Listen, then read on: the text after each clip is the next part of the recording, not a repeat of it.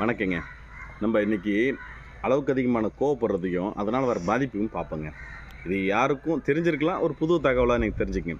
கோவன்றது மனுஷனுக்குள்ளே இயல்பாகவே வரும். அந்த கோவம் வராத மனுஷனை இந்த கூட இருக்கிற மக்கள் என்ன சொல்லுவாங்க, ஏம்பா உனக்கு சாப்பாட்டில் உப்பு தான் சாப்பிட்றியா, இல்லை கோவமே வராதா அப்படின்னு சொல்லிட்டு அந்த கோவத்தை எடுத்து ஒரு கமெண்ட்டை கேட்பாங்க.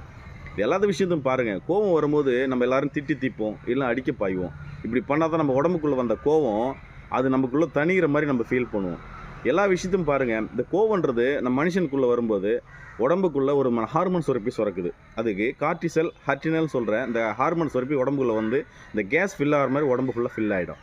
அப்படி ஃபில் ஆகும்போது உடம்புக்குள்ளே எப்படிப்பட்ட பாதிப்புகள் வருது பாருங்கள். இந்த பாதிப்புகள் உள்ளே வந்த உடனே இந்த நரம்புகள்லாம் தளர்ச்சி அடையும். இன்னும் கொஞ்சம் என்ன போச்சுன்னா இந்த மசில்ஸ்லாம் இந்த சதைகள்லாம் கொஞ்சம் கொஞ்சமாக டைட் ஆகும். இந்த உடம்புக்குள்ளே இருக்கிற ரத்த ஓட்டங்கள் வந்து சீருக்கு அளவுக்கு அதிகமான ஓட்டங்கள் இருக்கும். ஹார்ட் பீட் அதிகமாக துடிக்கும். இந்த ஹர்டினல் கார்டிசல்ன்ற அந்த அமில சுரப்பி உடம்புக்குள்ளே ஃபில் ஆன உடனே உடம்பு ஹீட் ஆகும், சில்னஸ் ஆகும். ஹீட் ஆகும், சில்னஸ் ஆகும். இந்த நிகழ்வு குறைஞ்சபட்சம் 6 மணி நேரம் உடம்புக்குள்ளே நிகழுதுன்னு சொல்கிறாங்க. இது எவ்வளோ பெரிய பாதிப்பு ஏற்படுது பாருங்கள். ஒரு டொல்லம்ம கம்பியை நெருப்பில் காய்ச்சணும் போது எந்த அளவுக்கு அது பெண்ட் ஆகும், அடித்தோம்னா உடனே சடனாக பெண்ட் ஆகும். அந்த மாதிரியான சூழல் நம்ம உடம்பு பெண்ட் ஆகுதுன்றான். சராசரியாக 70 வருஷம் வாழக்கூடிய ஒரு மனிதன் குறைஞ்சபட்சம் 10 வருஷமால் குறைஞ்சிருவான். இந்த உடம்புக்குள்ளே இருக்கிற உடல் உறுப்புகள்லாம் பலகீனம் அடையுதுன்னு சொல்கிறாங்க. எல்லாத்துக்கும் மேலே நம்ம உடலும் நம்ம குடும்பமும் சந்தோஷமாக இருக்கிறதுக்கு நம்ம உடல் ஆரோக்கியம் முக்கியம் இல்லைங்களா? அதனால் கோவத்தை குறைங்க. எல்லோரும் மகிழ்ச்சியாக வாழ்வோம். நன்றிங்க.